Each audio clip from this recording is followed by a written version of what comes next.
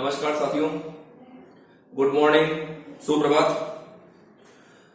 हमारे पिछले वीडियो तक हम लोगों ने वर्ण और संधि के भेदों यानी स्वर संधि, व्यंजन संधि और विसर्ग संधि की चर्चा की थी।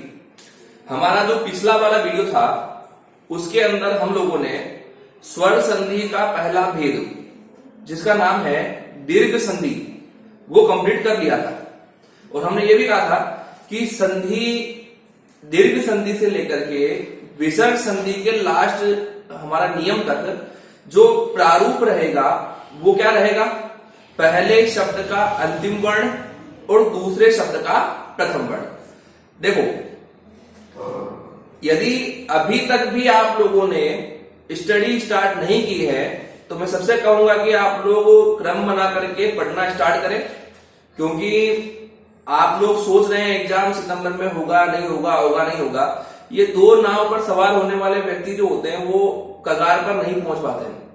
आप ये मानकर चले एग्जाम सितंबर में होगा और हम उसके लिए प्रिपेयर्ड हैं, तैयार हैं, ठीक है ना।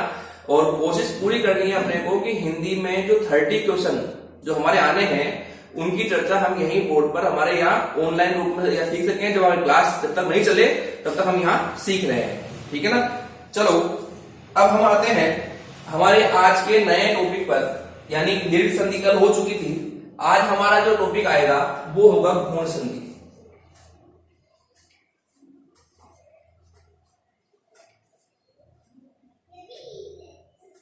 क्या नाम होगा? गुण संधि। देखो, दीर्घ का मतलब होता है बड़ा, है ना, लेकिन गुण संधि, और आपको याद हो तो दीर्घ संधि में मैंने कहा था कि सजातीय वर्णों के मध्य संधि होगी, याद है आप लोगों को। और यह भी कहा था सजातीय का मतलब क्या होता है, तो ए और आ एक कंठ में है तो कंठ की संधि कंठ से होगी, यानी ए और आ की संधि ए और आ से, है ना। वापस ई और ई तालु है तो ई और ई की संधि ई और ई से। ऊ और ऊ ओष्ठ है तो ऊ और ऊ की संधि ऊ और ऊ से। यहां पर ऐसा नहीं होगा, यहां पर गुण संधि में विजातीय स्वर आपस में मिलकर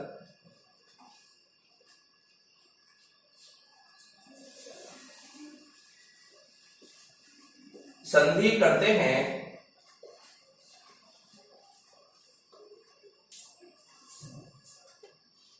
तो परिणाम भी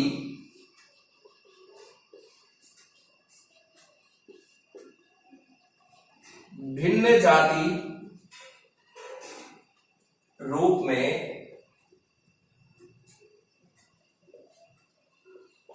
ग्रहण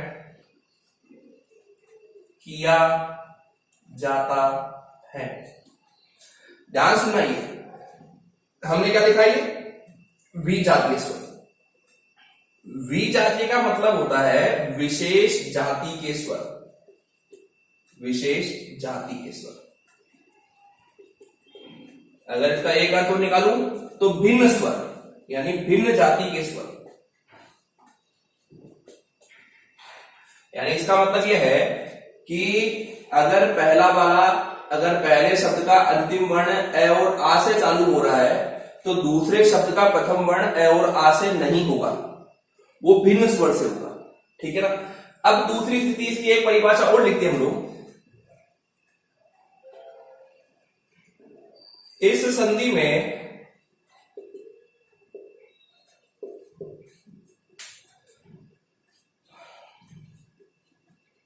भिन्न भिन्न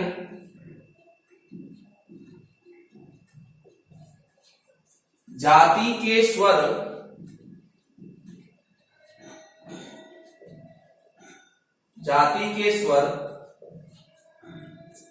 आपस में मिलकर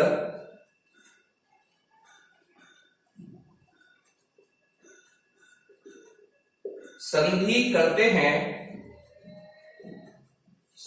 करते हैं तो परिणाम भी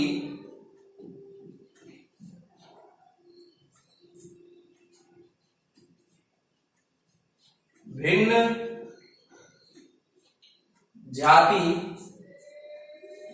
जाति रूप में ग्रहण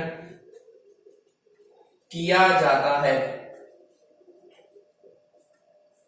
देखो ध्यान सुनना, यहां पर स्वर कौन से होंगे, तो स्वर होंगे भिन्न भिन्न जाति के स्वर, है ना। तो यहाँ जो परिणाम बनेगा वो परिणाम भी किस रूप में बनेगा, तो परिणाम भी यहाँ पर हमारे भिन्न जाति के रूप में ग्रहण किया जाएगा। दूसरी स्थिति वापस हम यहाँ पर रिपीट कर रहे हैं कि गुण संधि क्या क्या होती है। तो यहाँ पहली बात तो आप याद रखना कि यहाँ संधि किसमें होगी, विजातीय स्वरों में होगी। विजातीय स्वर आपस में मिलकर संधि करते हैं तो परिणाम भी भिन्न जाति रूप में ही ग्रहण किया जाएगा। ठीक है, विजातीय मतलब क्या होता है, विशेष जाति के स्वर या भिन्न जाति के स्वर होता है। ओके, इसकी एक परिभाषा और है कि इस संधि में भिन्न भिन्न जाति के स्वर आपस में मिलकर संधि करते हैं तो परिणाम भी भिन्न जाति रूप में ग्रहण किया जाता है। ये हमारी गुण संधि की एक परिभाषा है। अब इसके नियम की विस्तार करेंगे। एक बार स्क्रीनशॉट ले लो उसका।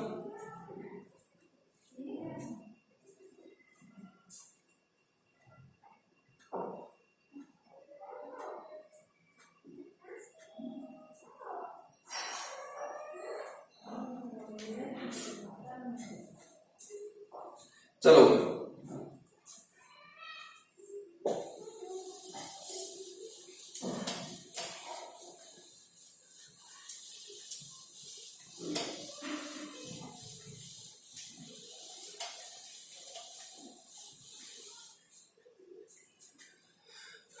अब हम बात करते हैं गुण संधि के नियम की। क्या आएंगे, गुण संधि के नियम। ध्यान से सुनना, आप लोगों को याद हो तो गुण संधि के हमने जो परिणाम बनाए थे वो याद है आप लोगों को, कल मैंने चार्ट में किया था। तो गुण संधि के परिणाम में एक तो ए बना था, एक ओ बना था और एक अर बना था। ओके, तो हमारे पास जो नियम होंगे वो भी कितने होंगे, 3 होंगे। एक ए का नियम आएगा, एक ओ का आएगा और एक अर का आएगा। ठीक है, तो पहले तो मैं प्रारूप बना रहा हूं, क्योंकि प्रारूप मैंने पहले भी कहा था सब में सेम चलेगा। ध्यान से देखना, पहले शब्द का अंतिम वर्ण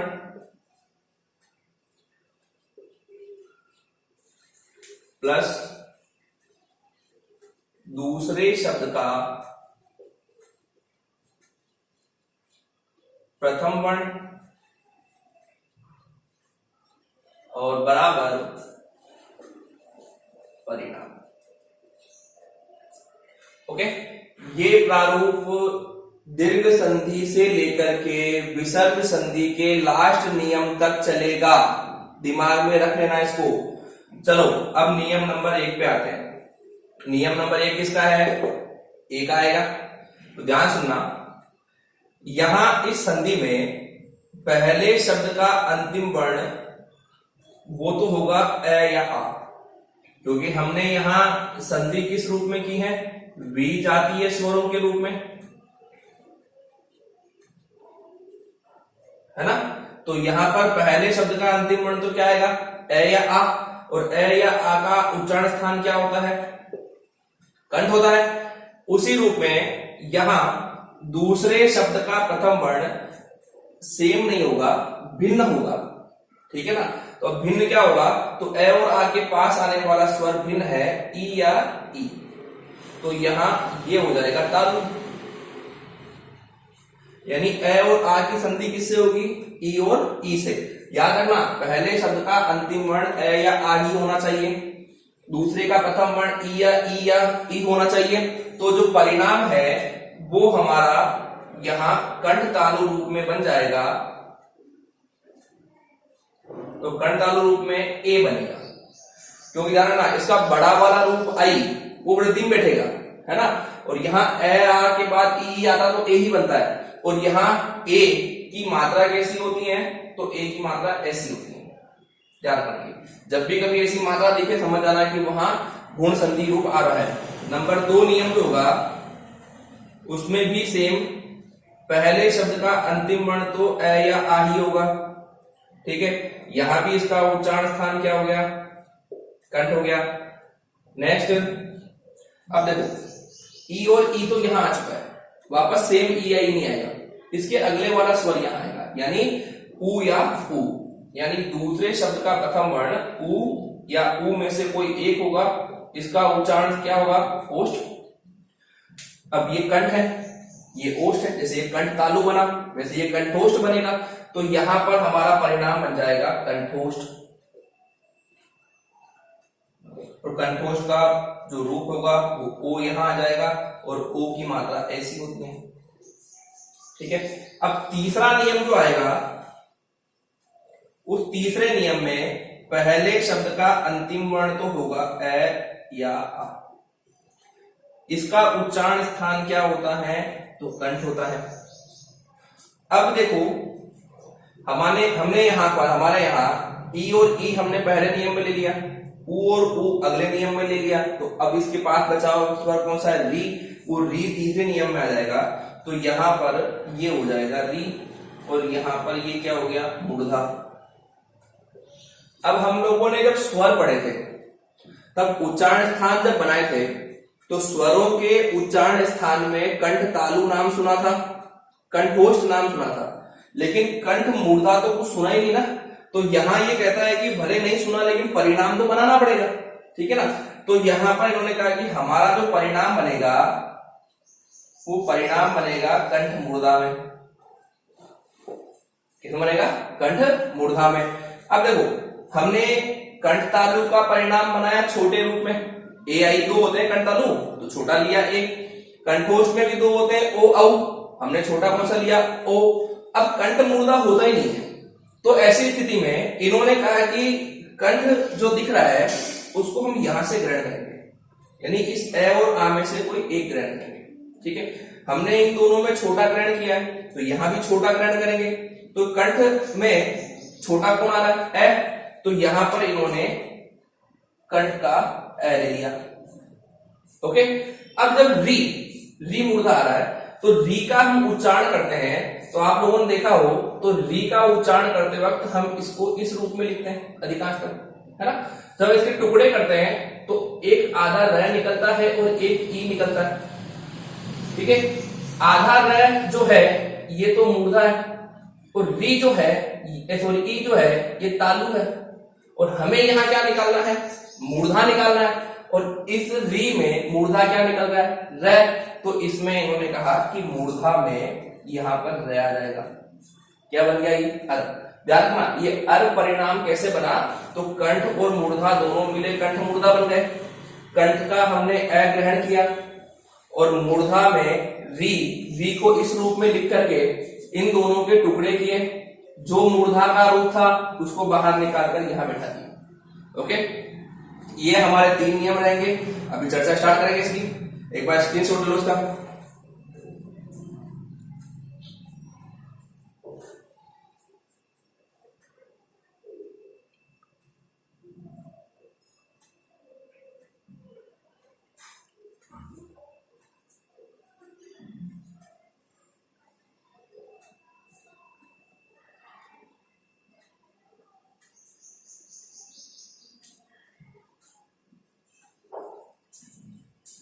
चलो भाई,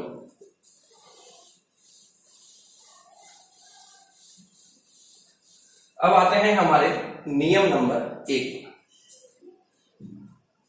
ध्यान सुनो, नियम नंबर 1 क्या आ रहा है, नियम नंबर 1 है कि यहां पहले शब्द का अंतिम वर्ण क्या होगा, ए या आ होगा। दूसरे शब्द का प्रथम वर्ण क्या होगा, ई या ई होगा। परिणाम क्या बनेगा, ए बनेगा, है ना। तो मैं यहां कल जैसे मैंने शब्द लिखे थे, एक तरफ परिणाम रूपी शब्द भी बताए थे मैंने, संधि रूपी बताए थे, है ना, उसी रूप में यहां बता रहा हूं। तो इस नियम की परिभाषा होती है कि इस संधि में इस संधि में पहले शब्द का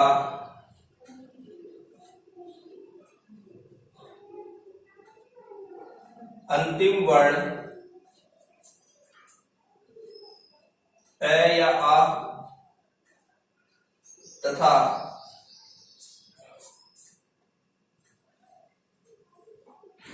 दूसरे शब्द का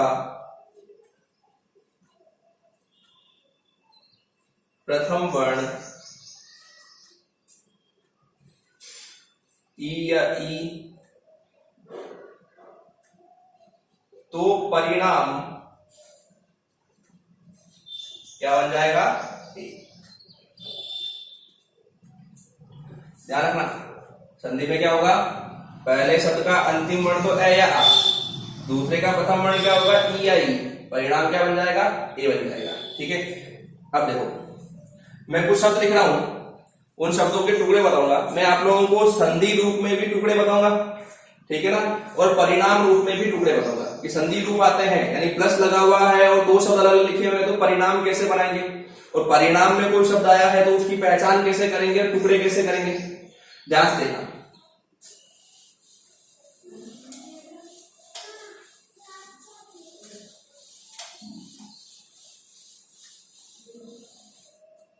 हमारा परिणाम था यहां पर ए, ओ और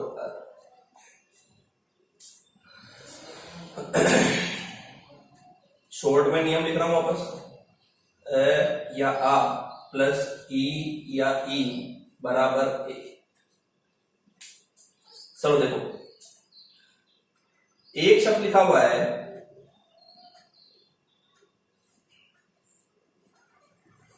परमेश्वर, एक लिखा हुआ है स्व प्लस इच्छा,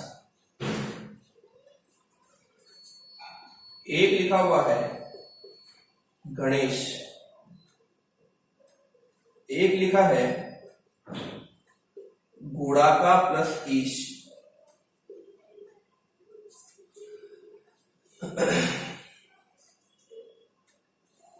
एक लिखा है न प्लस इति,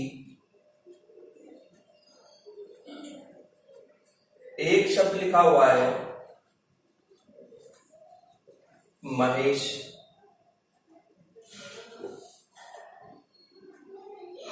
महेश,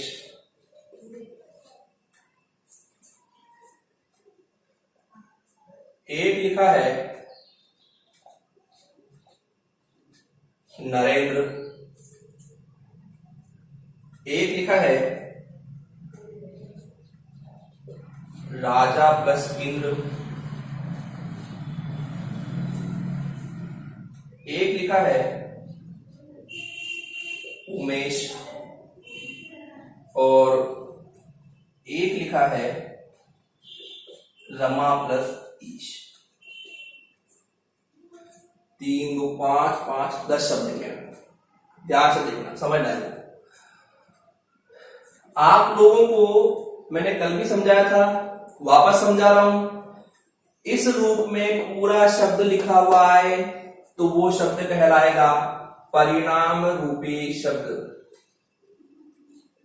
परिणाम रूपी। ठीक है, और प्लस लगा हुआ है, दो शब्द अलग आ रहे हैं, इनको हम बोलेंगे संधि रूपी।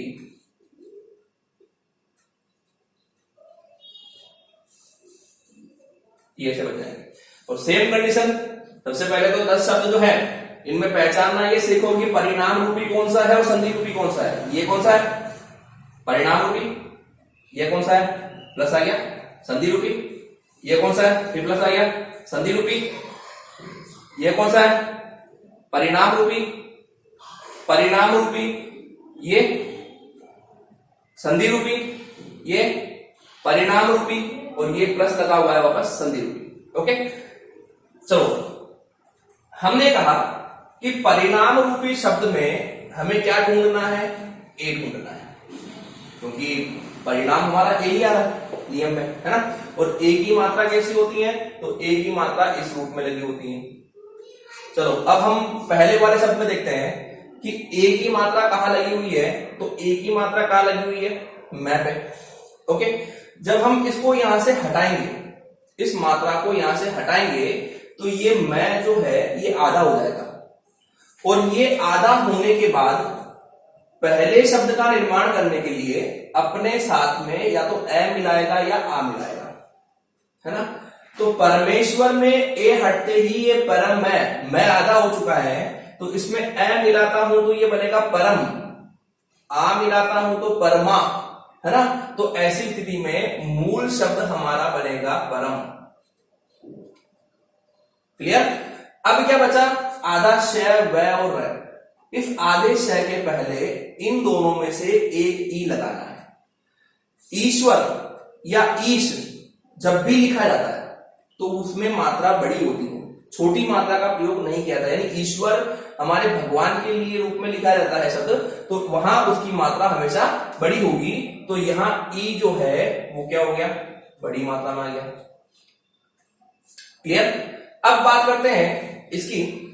तो इसमें हमें क्या करना है कि हमें पहले शब्द के अंतिम वर्ण से इन दोनों में से एक निकालना है, दूसरे शब्द के प्रथम वर्ण में से इन दोनों में से एक निकालना है, लेकिन परिणाम तो यही बनना चाहिए। अब जो भी परिणाम बनेगा उसको ग्रहण कौन करेगा, मैंने कल बताया था आप लोगों को, कौन ग्रहण करेगा, पहले शब्द का अंतिम वर्ण। ठीक है, जैसे यहां देखो इस व से क्या निकल रहा है, इस दूसरे शब्द प्रथम वर्ण में क्या निकल रहा है, ई, दोनों निकले क्या बना, ए। ओके, अब इस ए को ग्रहण कौन करेगा, तो पहले शब्द का अंतिम वर्ण क्या आ रहा है, व आ रहा है, बस ये ग्रहण करेगा। और क्या, यहां पर ये जो व है, जो ए निकलने के कारण से आधा हो गया था, वो व वापस ए को ग्रहण करेगा और ये ए की मात्रा यहां लग गई। अब ये ई तो हट चुका है, तो आधा च और छा इसके पास आ जाएगा। क्या बन गई, स्वेच्छा। चलो यहां पे शब्द लिखा हुआ गणेश, परिणाम रूपी है ना। परिणाम रूप होने के कारण से हम क्या ढूंढेंगे, ए ढूंढेंगे। कहां लगा हुआ है, अण पर। ठीक है, हटाते ही इस अण के साथ में ए या आ में से कोई एक मिलाना है। ए मिलाएंगे तो गण, आ मिलाएंगे तो गणा, गणा नहीं होता है, गण होता है ना। तो यहां पर पहला शब्द क्या बनेगा, गण। अब क्या बचा, शय बचा हुआ है। इस शय के पहले इन दोनों में से एक ई लगाना है। मैंने अभी क्या कहा था, ईश्वर या ईश के लिए मात्रा का प्रयोग किया जाता है, तो यहां पर मात्रा कौन सी आ जाएगी, बड़ी मात्रा। तो क्या बन गया ये, घण प्लस ईश। ठीक है, चलो देखो, अब जो शब्द है वो संधि रूप में। गुड़ाका का सबसे पहले तो आप अर्थ याद रखो, गुड़ाका का मतलब होता है नींद, और ईश का मतलब होता है स्वामी। नींद का स्वामी कौन होता है, देखो ब्रह्मलोक की बात कहूं तो उसके लिए शिव का नाम आता है कि वो नींद के स्वामी है ना। और मृत्यु लोक की बात कहूं तो गुड़ाका प्लस ईश जो है, यानी जो गुड़ाकेश शब्द बनेगा वो नींद के स्वामी कौन है, तो अर्जुन है। लेकिन यहां हम जब शब्द बनाएंगे तो ध्यान देखना, यहां से अंतिम स्वर कौन सा निकल रहा है, आ, यहां से प्रथम स्वर कौन सा निकल रहा है, ई, आ के बाद ई आता है तो क्या बनता है, ए। तो हमने यहां परिणाम बना दिया ए। ठीक है ना। अब इस ए को ग्रहण कौन करेगा, बताओ भाई। यहां कुछ नहीं किया, मैंने किया, तो यहां कौन करेगा, क्या करेगा। क्या क्यों बोल रहा हूं, क्योंकि आ निकल चुका है। ठीक है, तो जैसे ये ग्रहण करेगा तो ये कै ए की मात्रा लेने पर के बन जाएगा। ई तो हट चुका है, तो जो शय बचा है वो शय यहां आ जाएगा। और गुड़ाकेश का मतलब होता है नींद का स्वामी। क्या होता है, नींद का स्वामी। किसी के दिमाग में अगर यह आ रहा हो कि कुंभकर्ण नींद का स्वामी है, तो दिमाग से निकाल देना, कुंभकर्ण नींद का दास है। स्वामी दो ही है, ब्रह्मलोक में शिव, मृत्यु लोक में अर्जुन, इसके अलावा कोई और नहीं है। ठीक है, चलो न प्लस इति, सेम कंडीशन, सेम संधि रूप। यहां से ए निकल रहा है, यहां से ई निकल रहा है, परिणाम क्या बनेगा, ए बनेगा। ए ग्रहण कौन करेगा, न करेगा, और ये क्या बन जाएगा, ने, और इति यहां आ जाएगा, नेति, है ना। तो यहां से ए निकला, यहां से ई निकला, परिणाम क्या बना, ए को ग्रहण कौन करेगा, न करेगा, तो न ग्रहण करते ये ने बन गया, ई हट चुका है तो इति आ गया, नेति, है ना। चलो महेश में यहां पर मात्रा कौन सी आ रही है, परिणाम रूपी शब्द है, ध्यान से सुनना, परिणाम में मात्रा कौन सी आ रही है, एक ही मात्रा आ रही है। तो जब मैं इस मात्रा को हटाऊंगा तो इस है के साथ में इन दोनों में से एक मिलाना है, तो या तो बनेगा मह या बनेगा महा, क्या बनेगा, महा।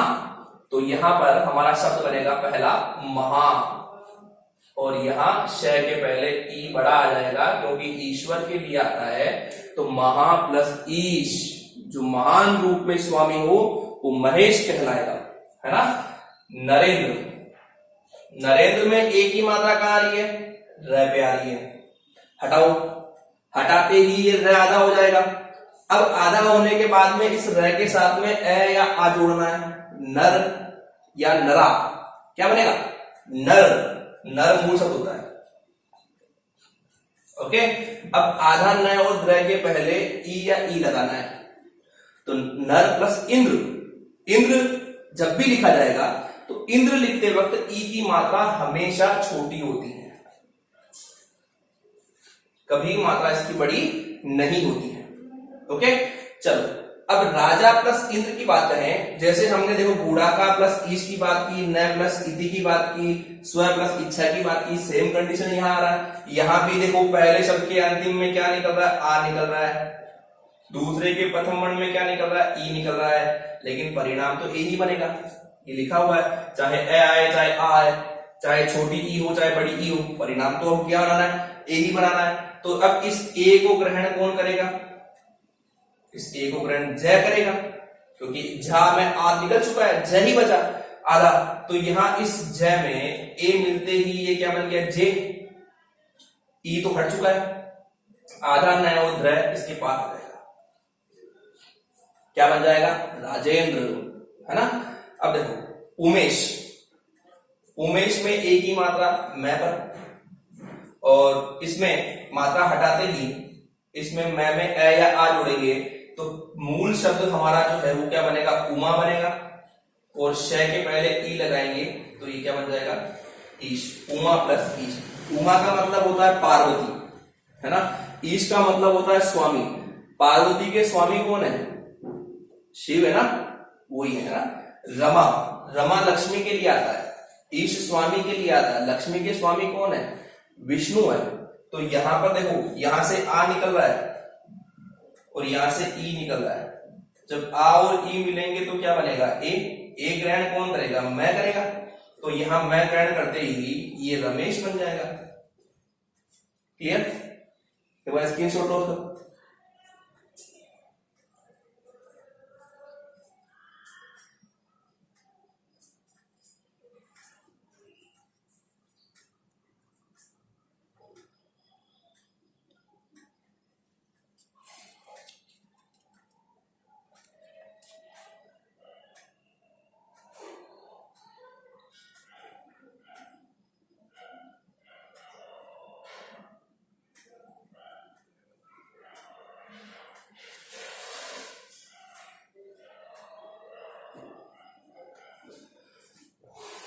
चलो भाई, अब आते हैं हमारे नियम नंबर 2 पर।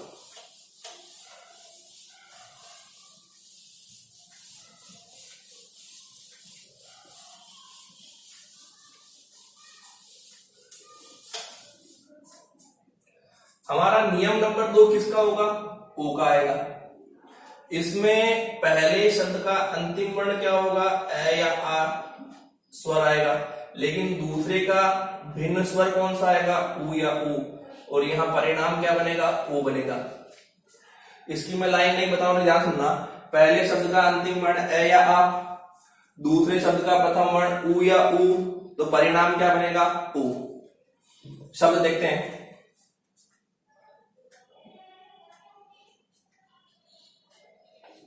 साहित्योदय, नव प्लस ऊड़ा, नवोदित,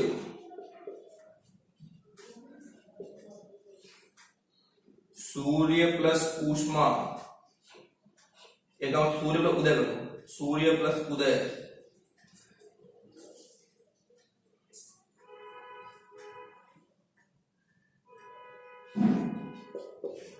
सोदाहरण,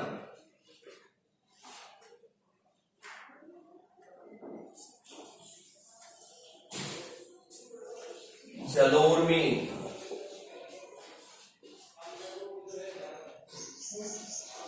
महोत्सव,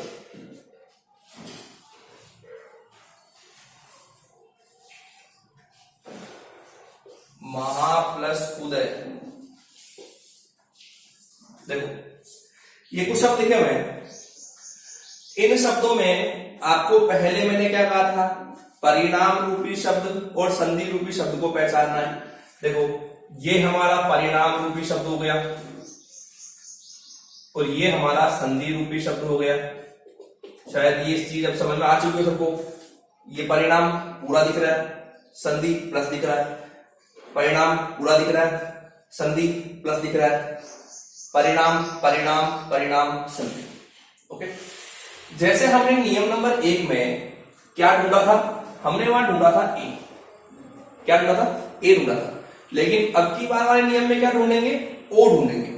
तो परिणाम रूपी शब्द में जहां ओ लगा हो वहां जाकर अंडरलाइन कर देंगे, ठीक है, और उस ओ को वहां से हटा देंगे। हटाते ही ये जो है ये आधा हो जाएगा और इस आधे ये के साथ में ए या आ मिला देंगे, है ना। तो यहां जैसे ही मिलाएंगे तो या तो ये बनेगा साहित्य या बनेगा साहित्या, है ना। तो यहां जाना मूल शब्द बनता है साहित्य। अब क्या बचा, दय। इस दय के पहले इन दोनों में से एक ऊ लगाना है। तो या तो ऊ छोटा होगा या बड़ा होगा, और उदय लिखते हैं तो ऊ हमेशा छोटा ही होता है, बड़ा होता ही नहीं है। क्लियर। चलो यहां पर देखो मैंने क्या कहा था, संधि रूप में पहले शब्द का अंतिम वर्ण ए या आ होगा, दूसरे का प्रथम वर्ण ऊ या ऊ होगा, तो परिणाम क्या बनेगा, ओ। नियम लिखा हुआ ऊपर, है ना। तो इस ओ को ग्रहण कौन करेगा, जैसे पिछले वाले नियम में हमने क्या कहा था कि स्वर संधि के परिणाम बनाते वक्त जब भी परिणाम बनेगा तो उसे पहले शब्द का अंतिम वर्ण ग्रहण करेगा। तो इस ओ को ग्रहण कौन करेगा, वह करेगा। तो वह करते ही ये वो बन गया और ये ऊ तो हट चुका है, ये ढा यहां आ गया, नवोढा, है ना। अब देखो ये क्या लिखा हुआ है, नवोदित। नवोदित में ओ कहां आ रहा है, वह पे। तो इसके टुकड़े करेंगे तो इस वह में ओ हट चुका है, इस वह के साथ में इन दोनों में से एक मिलाना है, या तो नव बनेगा या नवा बनेगा। तो यहां पर शब्द बनेगा नव और इस दित के पहले ऊ लगाएंगे तो ऊ छोटा होगा और ये बनेगा उदित। क्या बनेगा, नव प्लस उदित। यहां देखो यहां से क्या निकल रहा है, ए निकल रहा है, यहां से क्या निकल रहा है, ऊ निकल रहा है। परिणाम क्या बनेगा, ओ बनेगा। ओ ग्रहण कौन करेगा, ये करेगा, ये बनेगा सूर्योदय। ओके, यहां आते हैं सोदाहरण में ओ कहां लगा हुआ है, सो पर लगा हुआ है। ओ को हटाओ, यहां से हटाते ही इस स के साथ में इन दोनों में से एक मिलाना है, स या सा। तो हमें पता है कि यहां उपसर्ग रूप में स होता है, सा नहीं होता है। अब दा है रण है, तो दा के पहले इन दोनों में से एक ऊ लगाना है, तो शब्द बनेगा उदाहरण। तो उदाहरण में हमेशा ऊ छोटा होता है, उदाहरण। नेक्स्ट शब्द कौन सा है, जलोर्मी। जलोर्मी में ओ कहां आ रहा है, ल पर, ठीक है ना। तो यहां जब मैं इस ओ को हटाऊंगा तो ये ल आधा हो जाएगा और इस आधे ल के साथ में इन दोनों में से एक मिलाना, तो शब्द क्या बनेगा, या तो जल या जला। तो हमारा मूल शब्द क्या होता है, जल,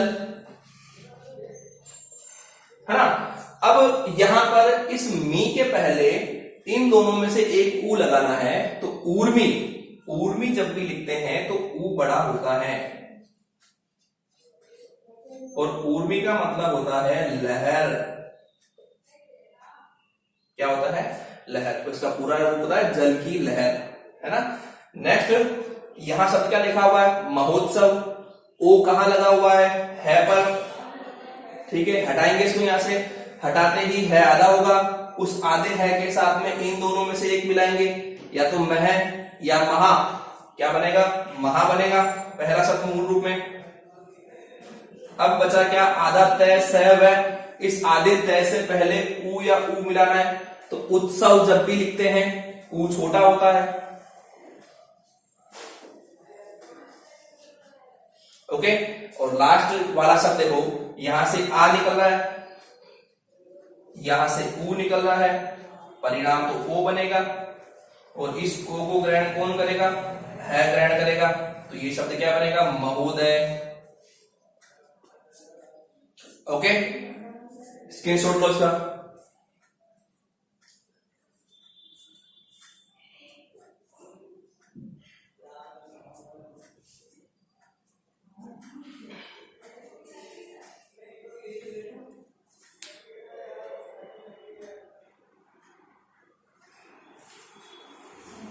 चलो, अब हमारा आज का जो लास्ट नियम है वो नियम नंबर 3 है।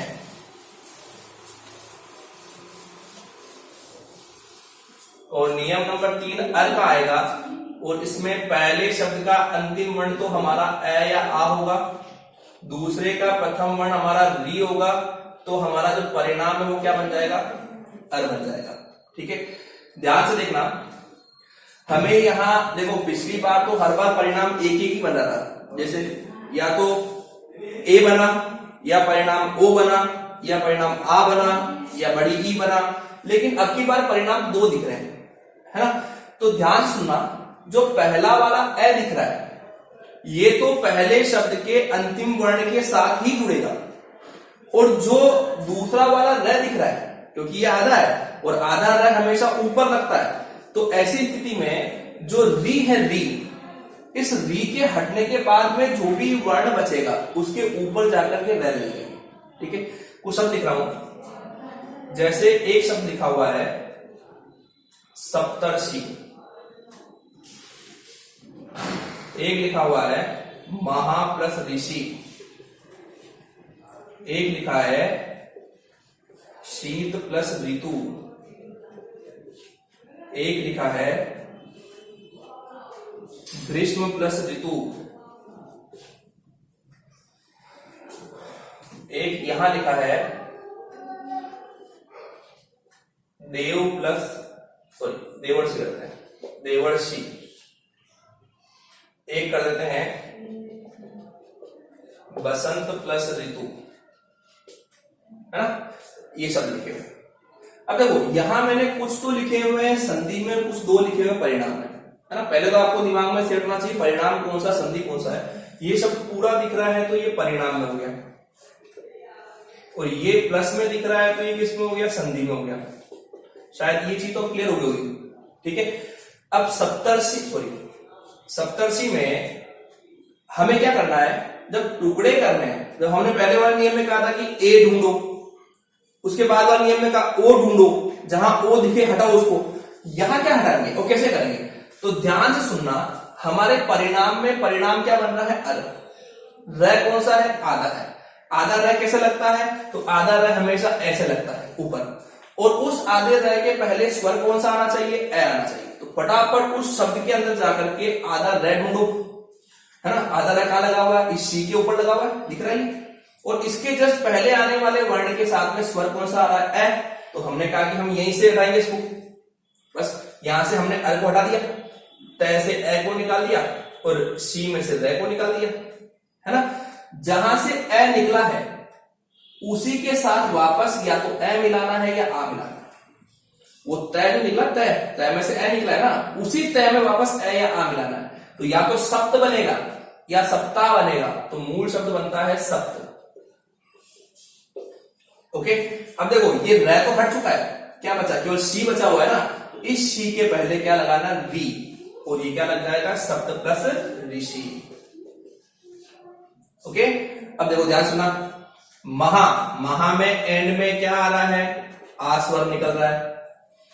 यहां से स्वर कौन सा निकल रहा है, री निकल रहा है, परिणाम क्या बनेगा, अर।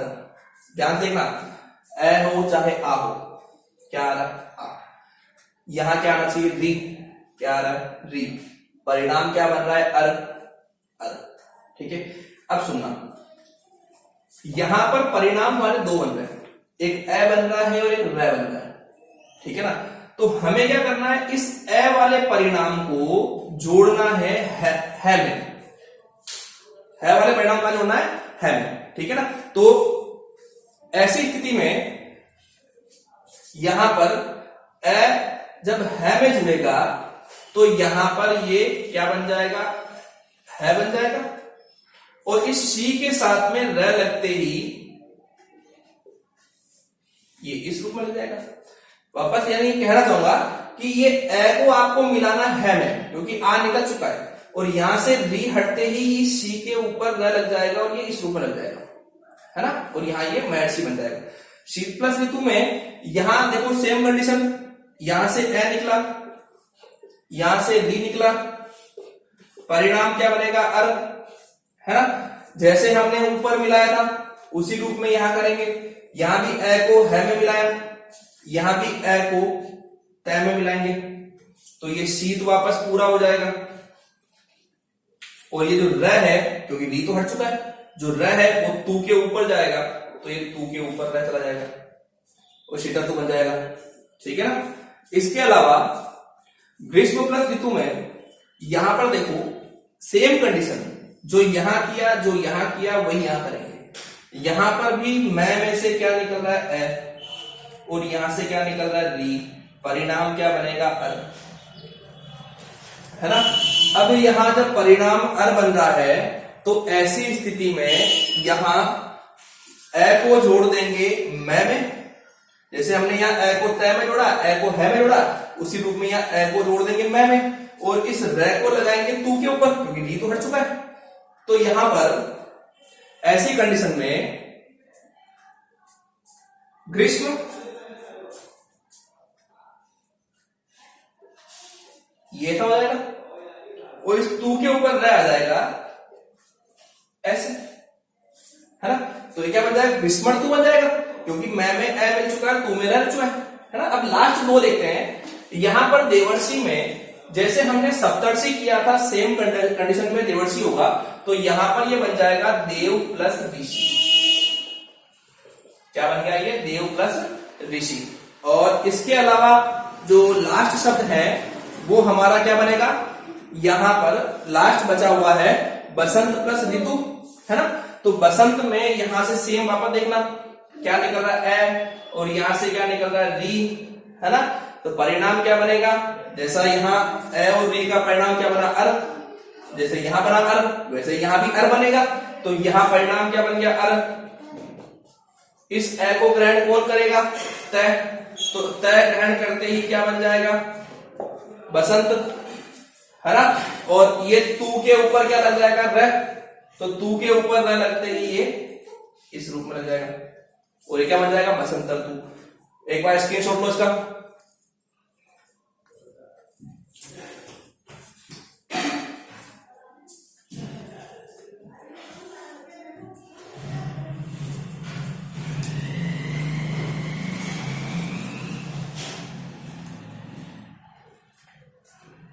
चलो भाई, इसी के साथ आज हम लोगों ने गुण संधि के बारे में सीखा कि गुण संधि होती क्या है, परिणाम क्या बनेंगे, ए ओ अर क्या होता है, अर को जोड़ना कैसे है, ए और रे दो परिणाम बनेंगे, तो ए को ग्रहण कौन करेगा, रे को ग्रहण कौन करेगा, ये चर्चा हमने सीखी आज। और टुकड़े कहां से करने हैं, कैसे करने हैं, परिणाम रूपी शब्द के पहचान कैसे करेंगे, ये कुछ चीजें हमने आज सीखी है।